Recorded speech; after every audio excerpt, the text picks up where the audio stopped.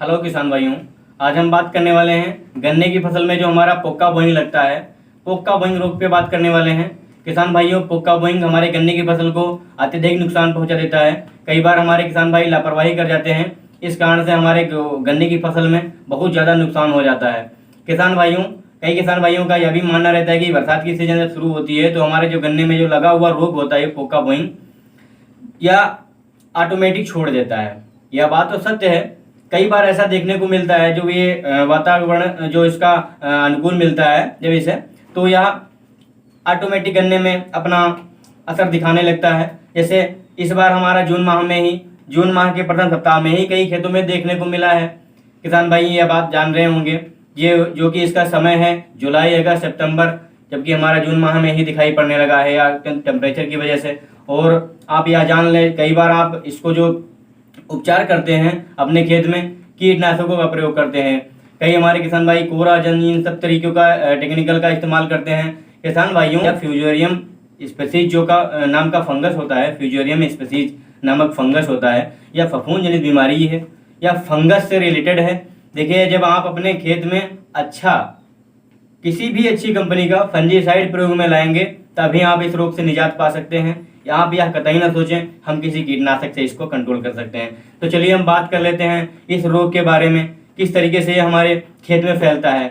इसका प्रसारण होता है कई माध्यम से, जैसे हवा के माध्यम से, पानी के माध्यम से।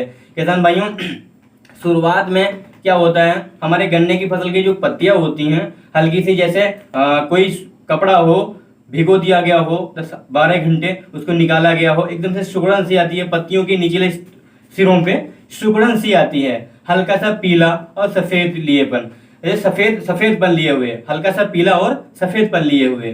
किसान भाइयों, आप टॉप बोरर और यह जो आपका पोक्का बोइंग होता है, कई बार आप कंफ्यूज हो जाते हैं, तो इसके लिए बता दूं, जो छेन से हो जाते हैं ऊपर पत्तियों में, या सूंडी जो आपका टॉप बोरर होता है उसका प्रकोप होता है। जो पोक्का बोइंग होता है, पोक्का बोइंग का आपको, जैसा कि वीडियो में देख पा रहे हैं, इस तरीके का आपका पौधा होगा, तो आप बिल्कुल जान लें कि पोक्का बोइंग है। और आपको इसके उपचार के लिए बता दूं, जब आप गन्ने की बुवाई करते हैं तो आप बुवाई के समय अगर फंगिसाइड का प्रयोग कर लेते हैं, अच्छे फंगिसाइड का, और उसके बुवाई के 45-50 दिनों के अंतर पे कर लेते हैं, और यहाँ आप जून या जुलाई में अगर फंगिसाइड का प्रयोग कर लेते हैं, तो मुझे नहीं लगता है कि आपके खेत में किसी तरीके का, जो कि देखिए लाल सड़न जो रोग है आपका, कोलेटोटाइकम फल्केटम नाम के फंगस के द्वारा वो फैलता है, वह भी फफूंद जनित रोग ही है।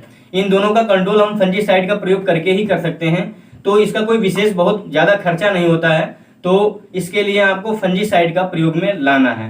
तो बताते हुए चलें आपको कि किस मात्रा में और कौन सा बेस्ट फंजीसाइड है जिसे आप प्रयोग करके।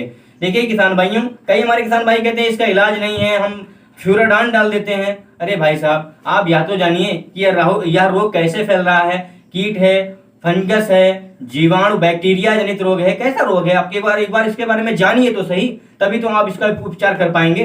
तो मेरा यही आपका कहना है कि इसके बारे में जानें। यह एक फफूंद जनित रोग है, इसका इलाज संभव है, बस इसको समय रहते आप इसका इलाज करें।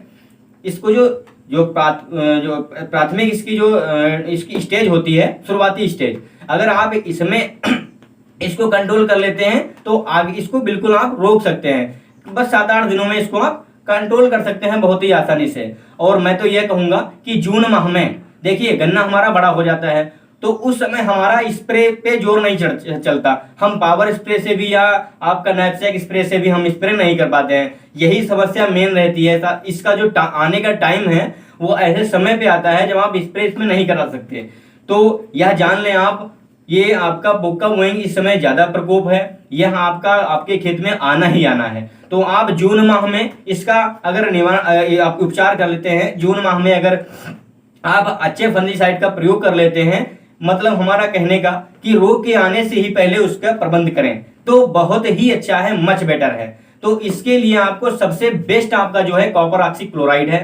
कतई भी कहीं अफवाह में ना पड़े, आप इसको प्रयोग में लाएं। जो मैं आपको बता रहा हूं, मेरा प्रयोग किया हुआ है फसल पे, अपनी फसल पे, आप वीडियो में देख रहे हैं, अपनी फसल पे प्रयोग किया हुआ है। और आप इसको कॉपर ऑक्सी क्लोराइड को 2 ग्राम प्रति लीटर की मात्रा से, अगर आपके खेत में रोग नहीं है तब भी आप प्रयोग करें, पहले रोग आने के पहले। अगर शुरुआती लक्षण जिसे आपको वीडियो में दिखाई पड़ रहे हैं, जो प्राथमिक अवस्था है, शुरुआती लक्षण इसके जो हैं, इस तरीके के लक्षण दिखाई पड़ते हैं, तो कतई देर ना करें, आप तुरंत इसको कॉपर ऑक्सीक्लोराइड या कार्बेंडाजिम जो है इसकी 1.5 ग्राम मात्रा प्रति लीटर स्प्रे करें।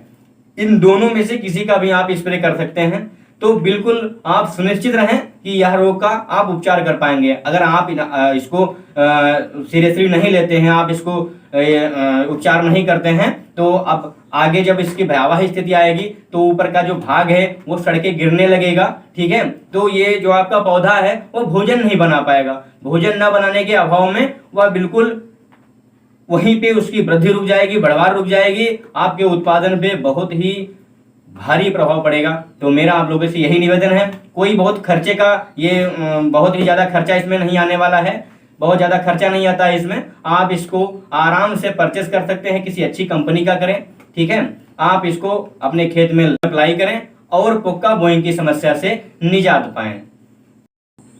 तो किसान भाइयों, अगर आपको यह जानकारी अच्छी लगी हो तो कृपया वीडियो को लाइक करें और शेयर करें, जिससे कि हमारे अन्य किसान भी इसे लाभान्वित हो सकें। और किसान भाइयों, हमको आप कमेंट बॉक्स में अपनी कोई राय है वो भी छोड़ सकते हैं, और यह भी जरूर बताएं कि आप हमारा वीडियो कहां से देख रहे हैं। धन्यवाद।